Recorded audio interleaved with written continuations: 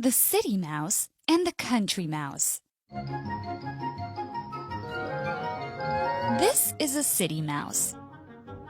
He lives in a big city with tall buildings and lots of shops and restaurants. But today he is visiting his friend, a country mouse. The country mouse lives in a cozy nest at the bottom of a tree. Her home is small, but it is warm and comfortable. The country mouse cooks a dinner of food from her garden. Corn, carrots, acorns, and a cold glass of water from the stream. Meanwhile, the city mouse talks and talks.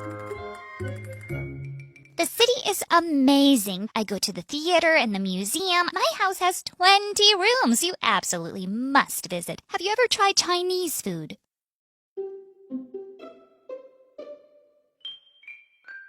That night, the country mouse dreams that she lives in the city. She dreams that she eats at fancy restaurants, says fancy things, and buys fancy hats from fancy stores. She dreams about eating Chinese food. How wonderful, she thinks. I want to live in the city too. The next morning, the country mouse agrees to visit the city mouse.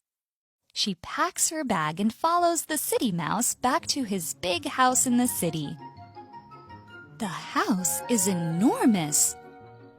There are 20 rooms full of beautiful furniture. The country mouse is amazed.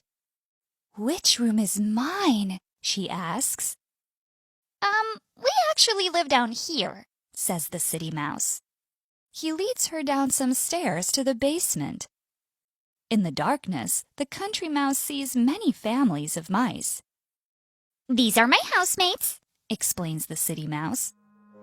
The city mouse leads the country mouse back upstairs for dinner. In the dining room, there is a feast of delicious foods on the table. Cheese, bread, cookies, cakes, and lemonade. There is also Chinese food. But just as they start to eat, crash! A cat with sharp teeth and sharp claws jumps up on the table.